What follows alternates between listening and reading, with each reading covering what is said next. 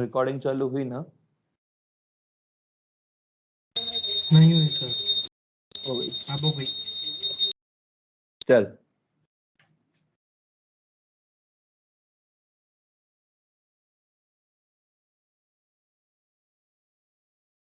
Temperature coefficient.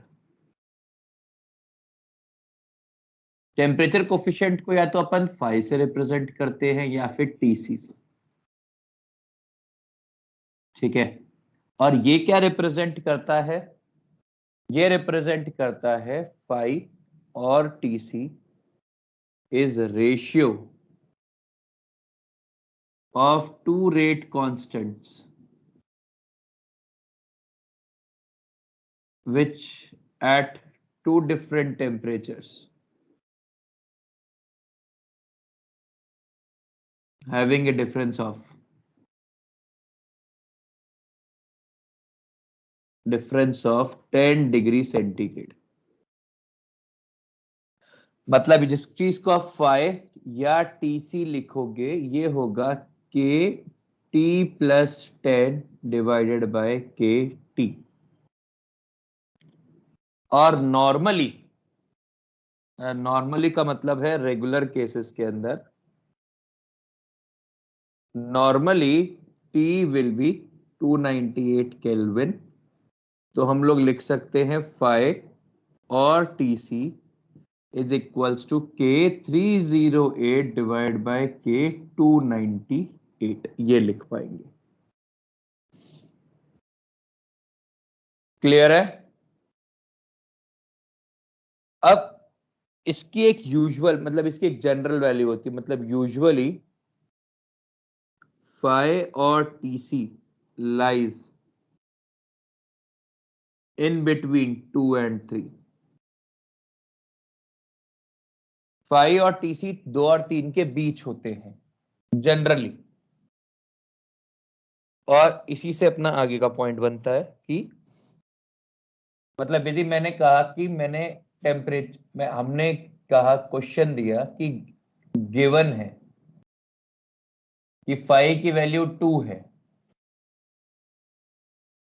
तो यदि अपन टेम्परेचर इंक्रीज करें from 300 kelvin to 320 kelvin,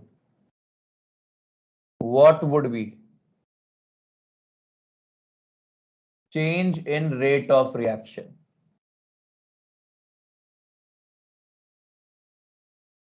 rate of reaction में क्या चेंज होगा? ठीक है, तो ये क्या कह रहा है कि भाई 300 से 310 जाने के लिए मतलब यदि आप के 310 बाय 300 की बात करोगे तो ये आ जाएगा 2। और वैसे के 320 बाय के 310 की बात करोगे तो ये भी आ जाएगा 2। ठीक है, इसीलिए जो नेट के 320 होगा ये 4 टाइम्स के 300 हो जाएगा। या फिर अपन ये भी लिख सकते हैं कि k at final temperature equals to 2 into raise to power delta T by 10 या टीसी डेल्टा टी बाय 10 के इनिशियल लिख सकते हैं। और जो रेशियो के का आएगा, जो चेंज के में आएगा वही रेट ऑफ रिएक्शन में भी आएगा। Are we clear? मतलब यदि अपन बोल रहे हैं कि रिएक्शन यदि के 2 टाइम्स हो रहा है, इसका मतलब है कि रेट ऑफ रिएक्शन भी 2 टाइम्स हो रही है। Are we clear? Are we clear?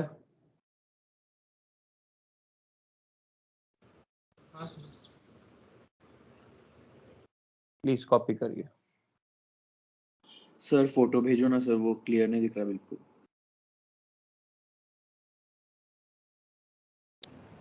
Sir वो आखिरी स्टेप आपने कैसे की? क्लियर हो गया?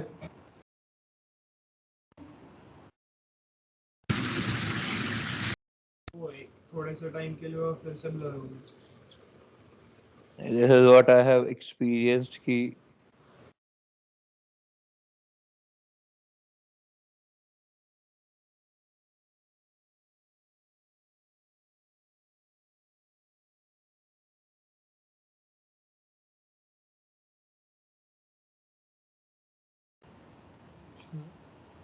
बोल भाई।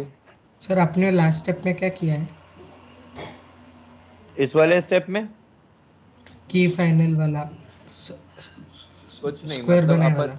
हाँ, स्क्वायर नहीं बनाया, पावर पे डाले वाला। ठीक है, तो k final temperature equals to T C delta T by T, मतलब जितनी बार आएगा, जैसे यहाँ पे 20 का डिफरेंस आया तो पावर 2 रेज़ टू पावर 2 हो गया ना, क्योंकि हर बार हर 10 डिग्री के ऊपर उतना ही सेम से मल्टीप्लाई हो जाएगा के। बस ये लिखा है। सर पर हर बार 2 ही होगा ऐसा कंपलसरी थोड़ी है। यदि अपन ने किसी रिएक्शन के लिए टी से डिफाइन कर दिया कि 2 है, तो फिर वो 2 ही होगा, तो वो हर बार 2 ही होगा। यदि अपन ने ये बोल दिया कि, और वैसे मैंने वहां पे 2 केवल टीसी लिखा है ना नीचे, यदि 3 होगा तो फिर 3 से करेगा।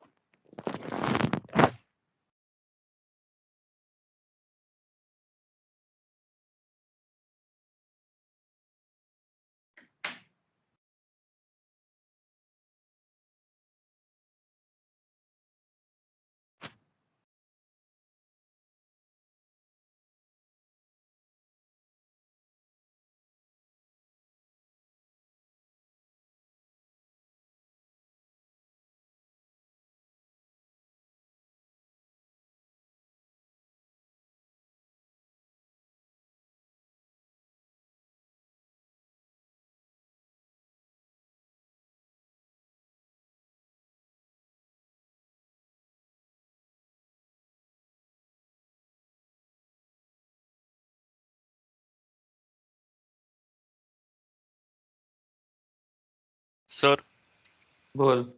सर वो डिफरेंस इन टेम्परेचर स्टैंडर्ड है क्या, फिक्स है क्या 10 डिग्री सेल्सियस? बिल्कुल डिफाइंड है। ओके। 10 डिग्री सेंटीग्रेड है 10 केल्विन।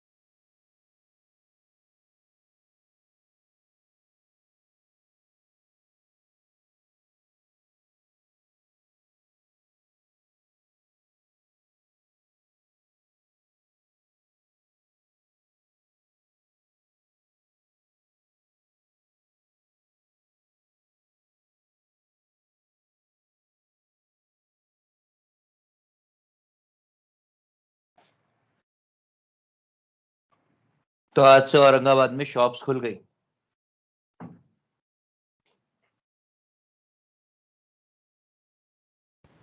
हाँ सर।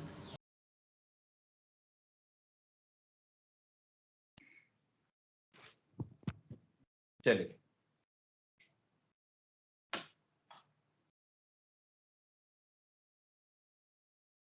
सर फिर आप आने वाले हैं औरंगाबाद? आऊंगा, पर अभी नहीं आऊंगा। अभी कोई फ्लाइट ही नहीं चल रही, आऊंगा कैसे? मतलब अभी यार वापस से रीशेड्यूल हो जाए तो पता नहीं, पर अभी तो कोई फ्लाइट नहीं, केवल एक फ्लाइट चल रही है, दिल्ली टू औरंगाबाद। और दिल्ली टू औरंगाबाद के लिए जयपुर से दिल्ली के लिए फ्लाइट नहीं है, वैसा सीन है। मे भी शायद 5-6 दिन में या 7 तारीख तक यहाँ पे लॉकडाउन है, उसके बाद फ्लाइट चले तब आऊंगा, वैसा है।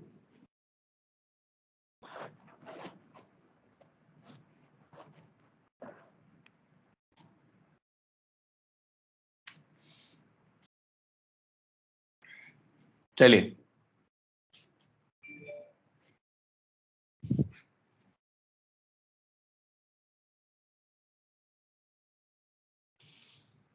ना, नहीं है यार, मैं दिल्ली औरंगाबाद फ्लाइट चल रही है, वो दिल्ली औरंगाबाद मुंबई एक ही फ्लाइट है, वो एयर इंडिया वाली। बट वही है कि चलो छोड़ो, कोई सेंस नहीं बनता इसको समझाने का। आगे चलते हैं। कहाँ था मैं अभी? टीसी हो गया।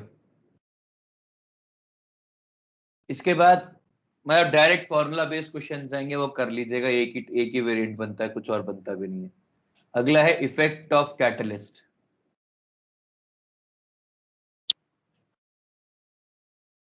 On rate of reaction.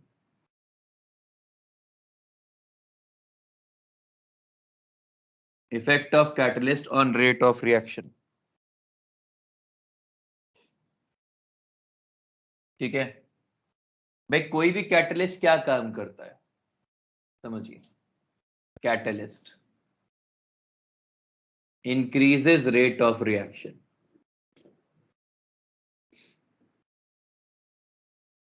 by decreasing activation energy।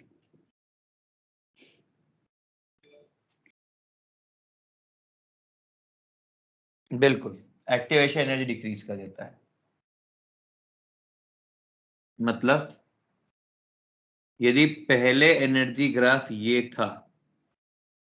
था एनर्जी अनकैटलाइज्ड की, ठीक है।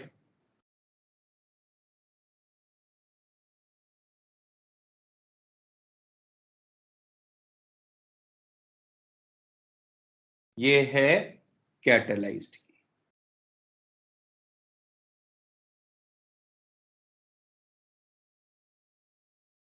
तो अब यदि एक्टिवेशन ये है पोटेंशियल एनर्जी, ये है रिएक्शन कोऑर्डिनेट या फिर टाइम, ये है एनर्जी ऑफ प्रोडक्ट, ये है एनर्जी ऑफ रिएक्टेंट। और ये जो एक्टिवेशन एनर्जी है इसकी, इसको नाम दिया आपने एक्टिवेशन एनर्जी कैटलाइज्ड। बस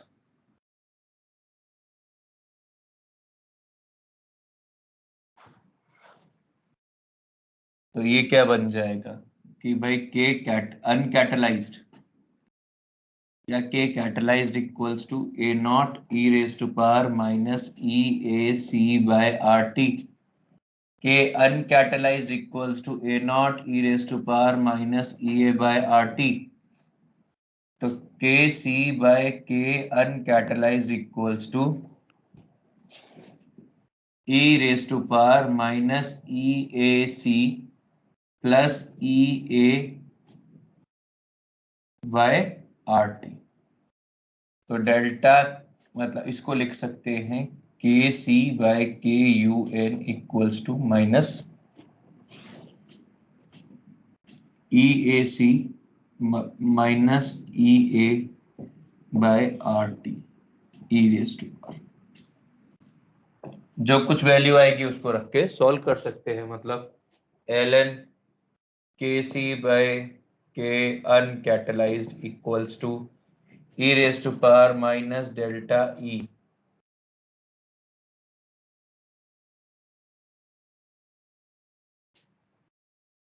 minus EAC minus EA by RT। सीधा, और कुछ नहीं है इसके अंदर। इसके ऊपर बेसिक क्वेश्चन लिख देता हूं, वो भी आप कर लो।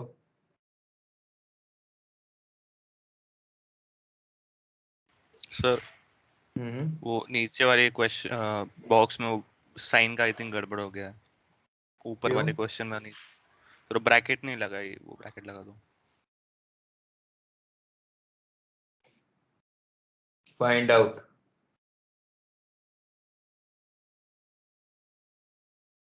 rate of reaction of catalyzed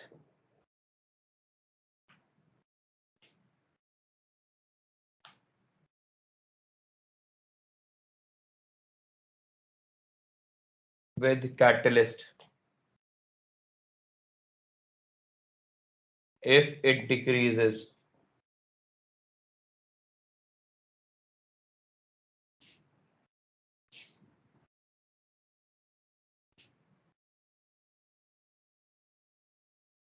activation energy by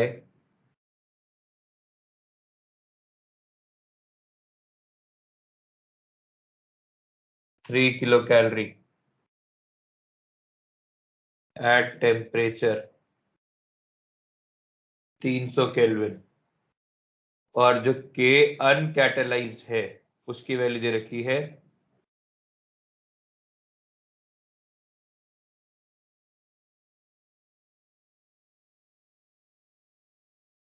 10 by e raised to power 4। Solve करिए, पहले कॉपी करिए फिर सॉल्व करिएगा, इसे वेरिएंट्स नहीं होते हैं।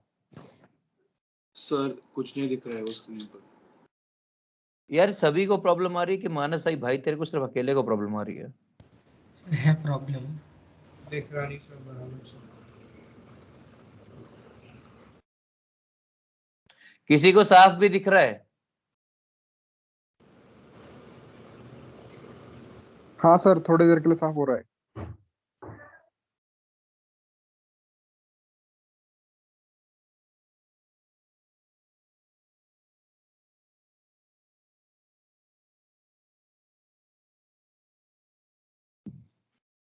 मैंने, पता है आप लोग, एक पूरी लेक्चर की रिकॉर्डिंग देखी थी कल परसों, जिसके अंदर बहुत ज्यादा इशू आ रहा था, और रिकॉर्डिंग के अंदर 1% भी इशू नहीं आया। तो हाउ इज दैट पॉसिबल कि मेरी तरफ से सिग्नल, मतलब कभी कभी आया, मतलब वंस इन एवरी 5 मिनट्स ऐसा हल्का सा इशू आया for a fraction of second, but almost बाकी टाइम पे रिकॉर्डिंग क्लियर थी। How is that possible?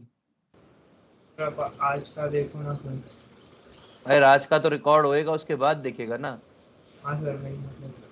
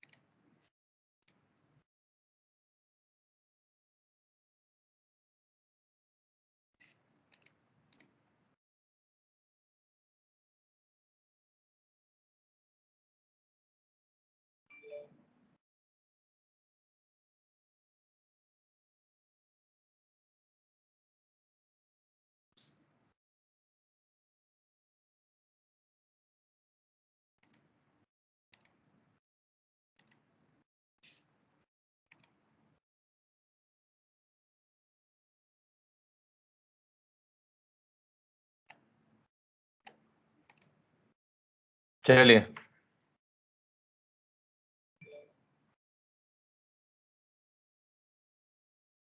तो आंसर क्या आएगा इस केस के अंदर?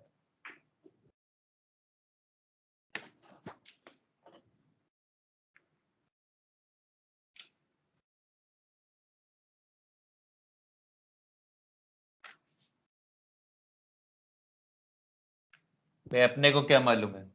के कैटलाइज्ड बाय के uncatalysed will be equal to E raise to power minus, अब वो क्या कह रहा है, कितने से कम कर रहा है? Decreases by 3 kilo calorie.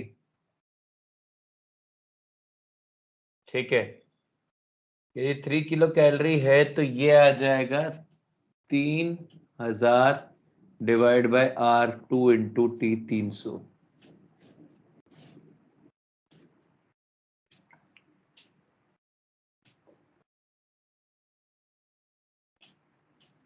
पांच, तो K catalyzed will be K uncatalyzed 10 by e raised to power 4 into e raised to power 5, which is 10 dot E answer.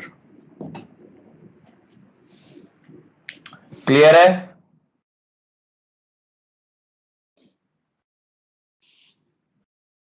Clear है? आपने R2 लिया, हाँ, R2 कैसे आया?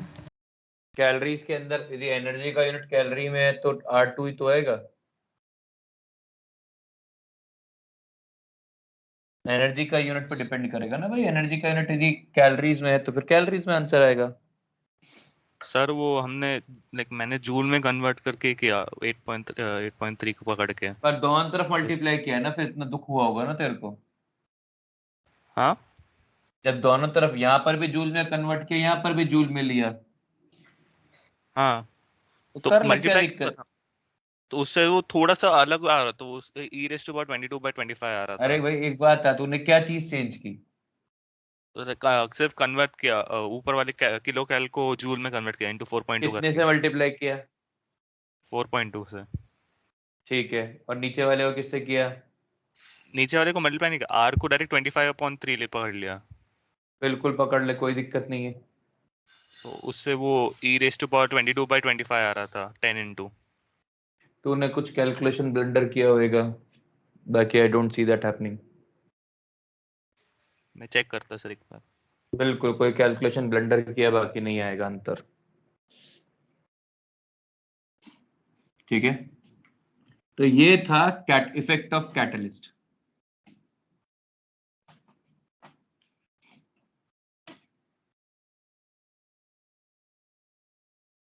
मिटा दूं?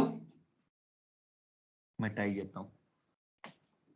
चलिए, इसके बाद अगले दो टॉपिक्स हैं। सबसे पहला है, मार्कर कहां गया ये रहा? हाँ, इसके बाद जो पहला टॉपिक है, मतलब इसके बाद जो टॉपिक है उसका नाम है कोलिजन थ्योरी।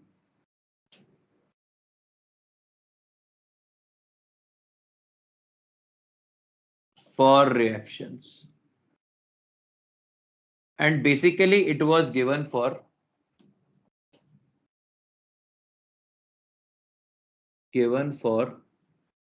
bimolecular reactions.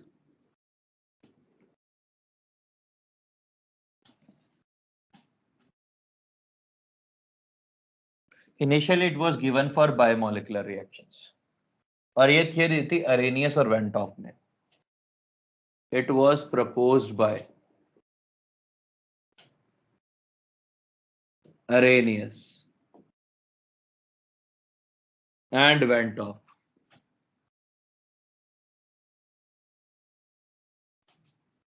जरे मार्कर चल क्यों नहीं रहा भाई?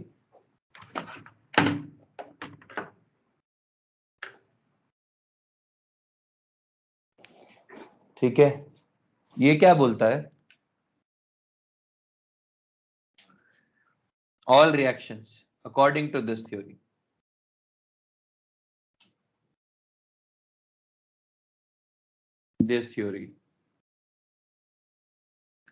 reaction occurs due to collisions between molecules, and during collisions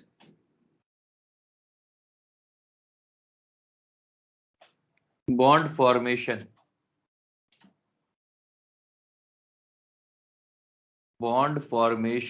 and dissociation occurs.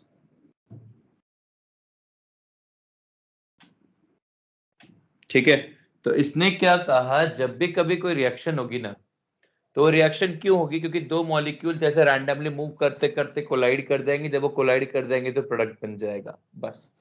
और जो कोलिजन होगा उसी वक्त में बॉन्ड टूटेंगे भी और उसी वक्त पे बॉन्ड बनेंगे भी। बात सेंसेबल है, अब तक मॉलिक्यूल्स पास पास नहीं आएंगे, अब तक बॉन्ड फॉर्म या बॉन्ड डिसोसिएशन इम्पॉसिबल है। पर इसमें since number of collisions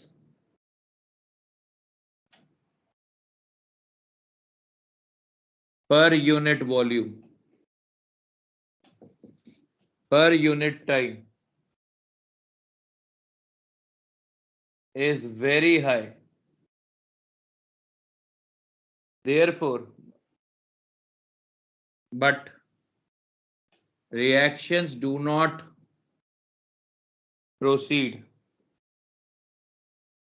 at such high rate.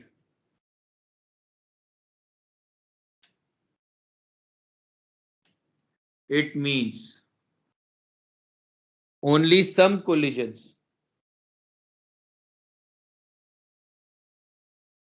result in product formation. Only some collisions result in product formation. ठीक है,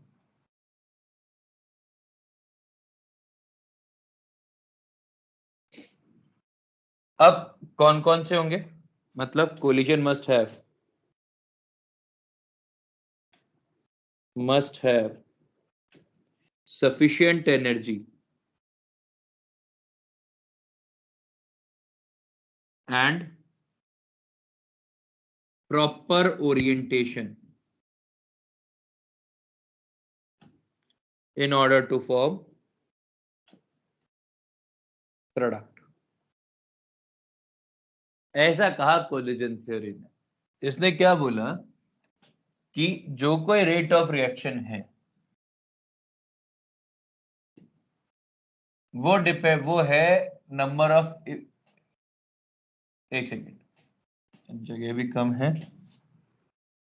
एंड सच को पहले इसी को, एंड सच कोलिजन्स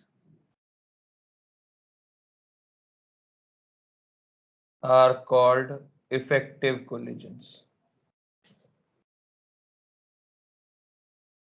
आप इतना कॉपी करिए, फिर इसके बाद का पढ़ेंगे।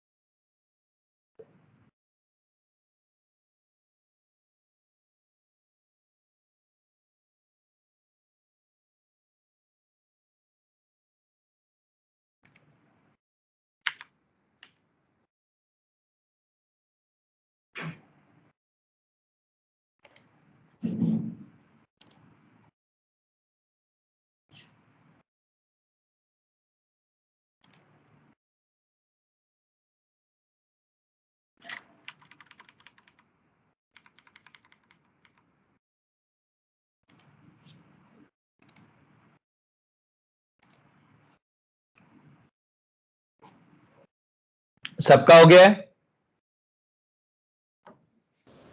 Yes sir. Yes sir.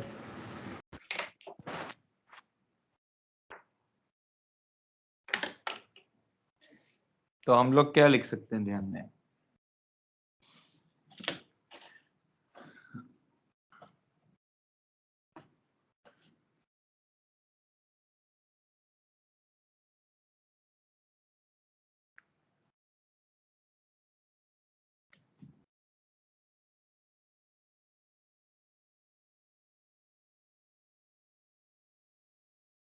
तो ये क्या आ जाएगा?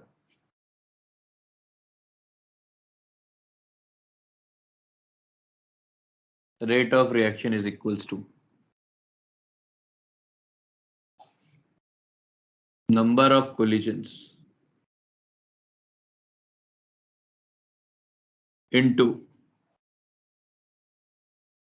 fraction of collisions या fraction of molecules having sufficient energy. Having sufficient energy sir उसको into डायरेक्ट इफेक्टिव कॉलेजेस नहीं लिख सकते? orientation factor. ठीक है, यानी कि इफेक्टिव कोलिजन बोल सकते हैं rate of reaction is effective collision के बराबर है। बट नंबर ऑफ कोलिजन्स कितने होते हैं, इसके लिए आपको थोड़ा सा गैसियस स्टेट की तरफ जाना पड़ेगा और आप पाएंगे Z12 number fraction of molecules having energy sufficient energy is e raised to power minus EA by RT into orientation factor जिसको अपन लिखते हैं P। तो ये है fraction of molecules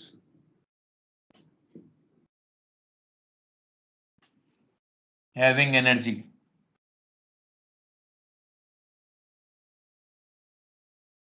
more than threshold energy। ठीक है, अब जो ओरिएंटेशन फैक्टर है इसको अपन ने P लिखा है।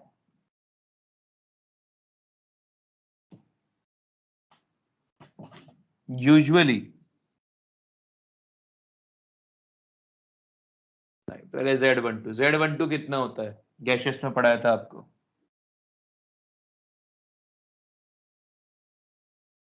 5 सिग्मा 1 प्लस सिग्मा 2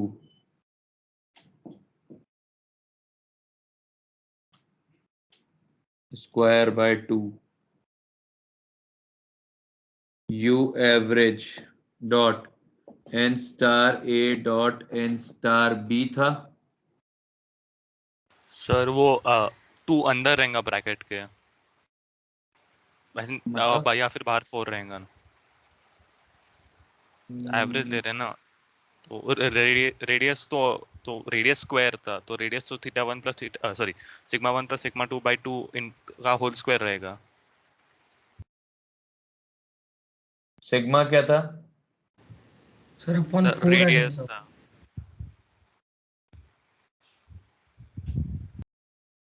अभी ठीक है? हाँ मुझे क्या दिक्कत है, कांस्टेंट से भी फर्क नहीं पड़ता। तो ये था इफेक्टिव कोलिजन्स।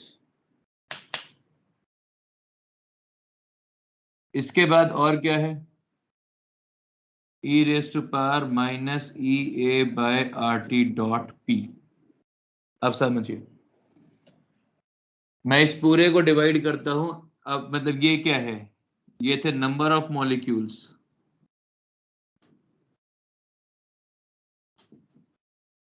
पर यूनिट वॉल्यूम।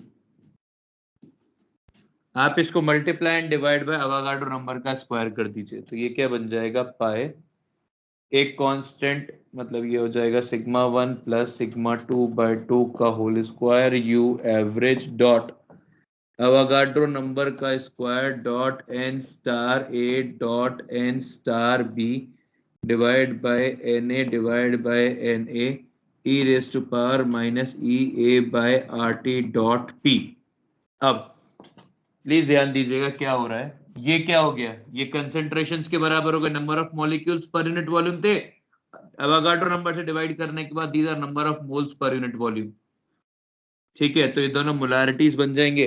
तो ये बन जाएगा pi sigma 1 plus sigma 2 by 2 का whole square dot U average dot N A का स्क्वायर डॉट, ये ओरिएंटेशन फैक्टर भी अपन लोग किसी भी रिएक्शन के लिए कांस्टेंट ले सकते हैं कि उसके ओरिएंटेशंस वैसे ही होंगे,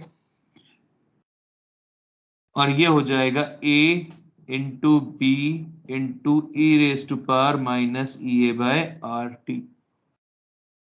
ये जो पूरा का पूरा टर्म है, इस पूरे के पूरे टर्म को अपन लोग अरेनियस कांस्टेंट बोलते हैं।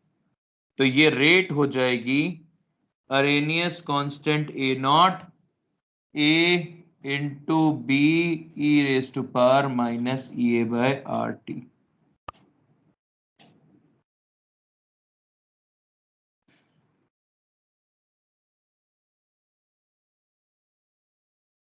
Are we clear? सर लेकिन हमने जो पहले पूरा उसमें कंसंट्रेशंस ए और बी के तो नहीं थे ना इक्वेशन में। मतलब सर हमने पहले पढ़ा था k equals to A not E raise to power minus E A by R T, तो उसमें ए और बी तो के कंसंट्रेशंस नहीं थे अरेनियस की इक्वेशन में, जो हमने पहले यूज किया था वैंट ऑफ इक्वेशन निकालने के लिए।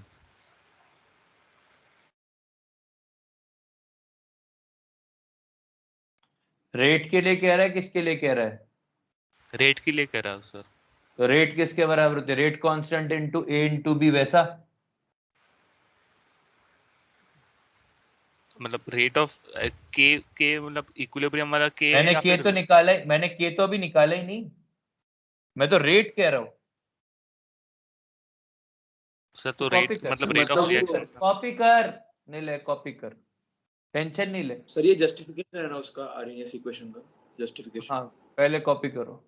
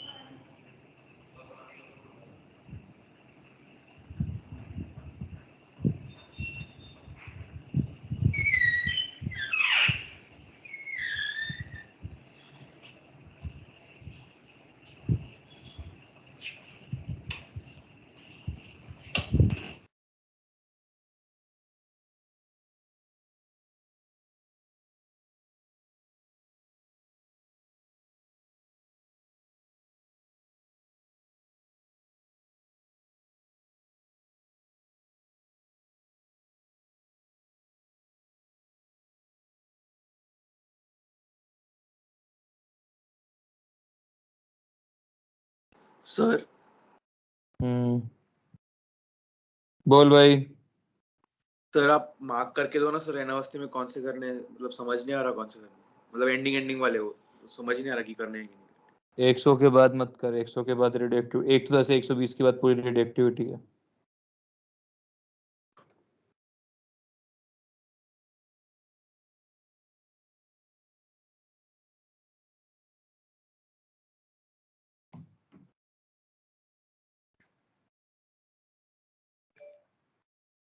नाइन्टी के बाद है क्या? तो 90 के बाद होगी।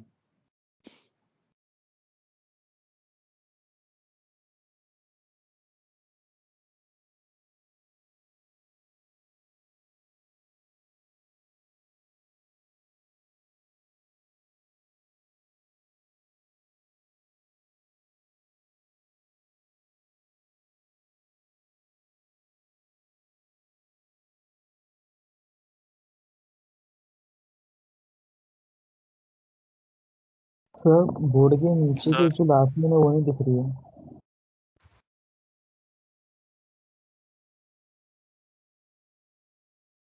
सर उसमें वो जो रिएक्शन आपने लिखी है वो पाई इंटू, तो उसमें और एक डिवाइडेड बाय 2 भी आएगा, क्योंकि वो क्वेश्चन जो हमने लिखा था तब, तो मैथमेटिक्स के अकॉर्डिंग उसमें हमने डिवाइडेड बाय 2 भी किया था।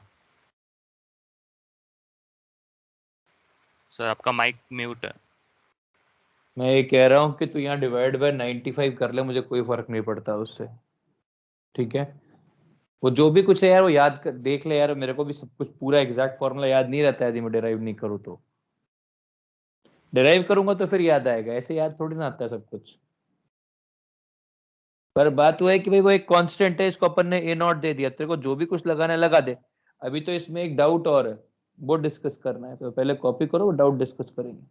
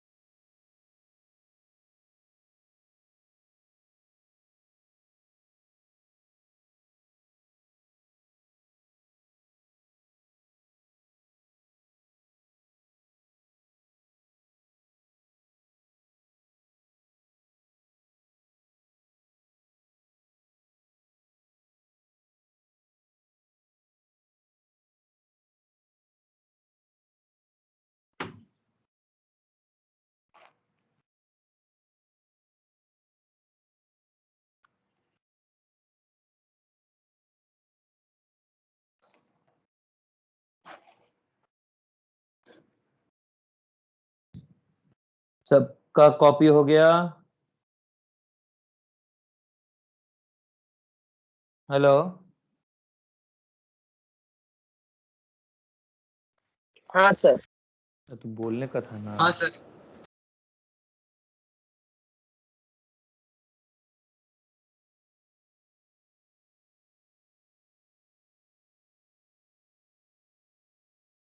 चलिए,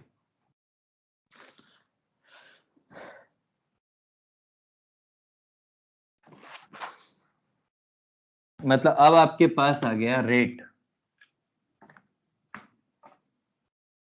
भाई हमने कहा यदि कोई रिएक्शन है जो ए और बी से हो रही है,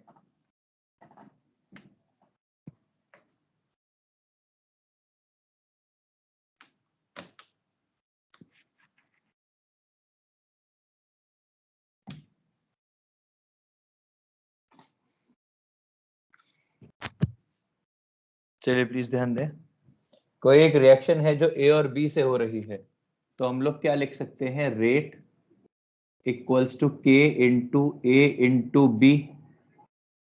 ठीक है, और दोनों के लिए ऑर्डर 1 है तो, और इसी चीज को अपन लोग क्या लिख रहे हैं? A not E raise to power minus E A by R T dot A into B. ये दोनों कैंसिल आउट हो जाएंगे और इससे k की वैल्यू आ जाएगी A not E raise to power minus E A by R T, Arrhenius equation. अब है ना, यहाँ पे दो चीजें जो ध्यान देने लायक थी, वो क्या कि ए नॉट में यू एवरेज आया। ठीक है, ए नॉट में यू एवरेज आया, और अपन ने क्या बोला कि यू एवरेज या यू एवरेज स्क्वायर रूट जो कुछ आया वो आया। ए नॉट में यू एवरेज आया, पर फिर भी अपन ने ए नॉट इंडिपेंडेंट ऑफ टेम्परेचर लिया।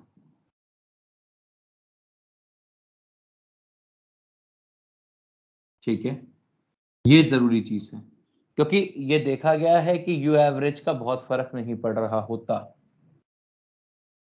मतलब ये नियरली कांस्टेंट ही रहता है इसका इम्पैक्ट।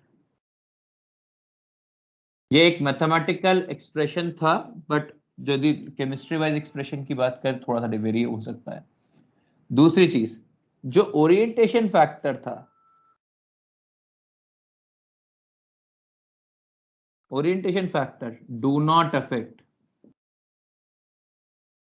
रेट और reaction much unless there is a possibility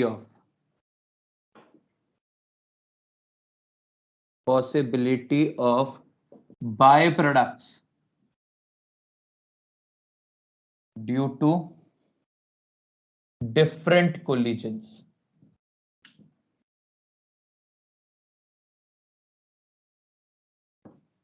मतलब मान लीजिए आपके पास ये एक कंपाउंड है, इसकी रिएक्शन आपने कराई एल्कोहलिक KOH से। अब इसके पास दो रिएक्शन साइट है, या तो ये है या तो ये है। तो ये जिससे कोलाइड करेगा, मतलब ये एल्कोहलिक KOH जिससे कोलाइड करेगा उसके हिसाब का प्रोडक्ट बना देगा, या तो ऐसा या तो ऐसा। तो ऐसी रिएक्शंस के अंदर जहां पे बाय प्रोडक्ट्स बनते हैं, ऐसी रिएक्शंस के अंदर जो कोलिजन पैरामीटर है, वो जो ओरिएंटेशन पैरामीटर है, वो इंपॉर्टेंट होता है। इन सच रिएक्शंस orientation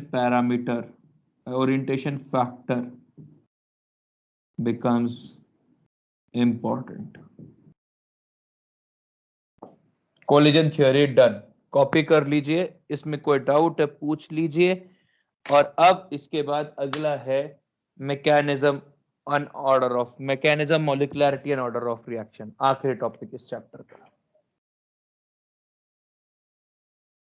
मैंने कल क्या बोला है? बोल भाई। सर ओरिएंटेशन फैक्टर मतलब क्या, वो समझा नहीं। ओरिएंटेशन फैक्टर मतलब समझ, मान ले ये दो चीजें हैं, ये दो रिएक्टेंट है, आपस में रिएक्ट करते हैं, ये प्रोडक्ट बनता है। ठीक है, ये रैंडमली मूव कर रहे हैं, तो कुछ कोलिजन ऐसे हुए, कुछ कोलिजन ऐसे हुए, कुछ कोलिजन ऐसे होंगे, और कुछ ही कोलिजन ऐसे होंगे। हाँ सर। तो क्या सारे कोलिजन्स प्रोडक्ट बना रहे हैं कि या फिर वो वाला फ्रैक्शन प्रोडक्ट बना रहा है जो ऐसे कर रहा है, बाकी ऐसे वैसे किसी का कुछ नहीं बन रहा है एक ही पर्टिकुलर टाइप बना रहा है। वैसे? ठीक है। ठीक। और फिर वो न्यूमेरिकली क्या, लाइक एज इन क्वेश्चन में दिया रहेगा या फिर उसका यूनिट्स कुछ नहीं, ऐसा है क्या? नहीं, कुछ नहीं बंदा केवल उसके लिए करवाया है। बाकी दिया जाएगा तो बताया कि ऐसे only 30% of the collisions are forming products due to orientation, वैसा कुछ कुछ देगा वो, वरना you can not find out, वैसा है।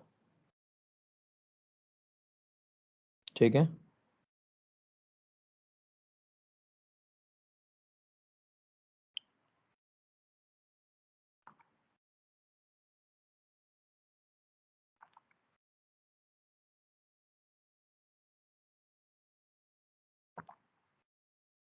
नहीं नहीं नाथ, कुछ नहीं लूंगा छुट्टियों में, भी छुट्टी मनाऊंगा, मैं भी सोऊंगा मस्त घूमी घूमी। और यदि सेंटर पर आ गया तो ले लूंगा डाउट्स, बता दूंगा वैसे।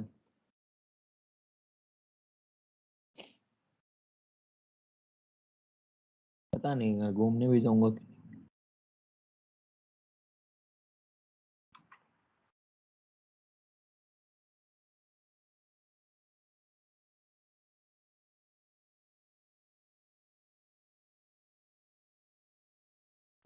औरंगाबाद के पास कुछ घूमने के लिए भी तो नहीं है। चलो अभी तो करो, फिर सोचेंगे।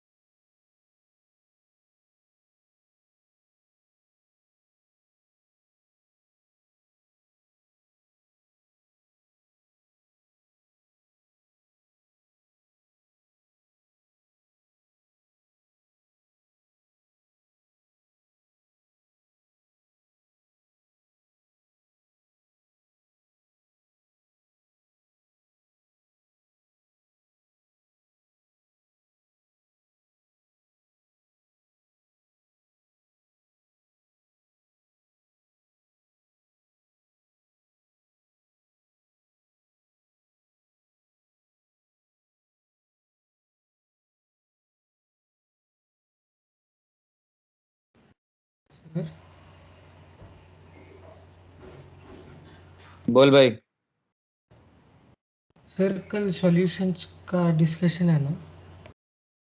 हाँ मतलब जिसका भी डिस्कशन है वो भी है, और ये चैप्टर भी खत्म करूंगा।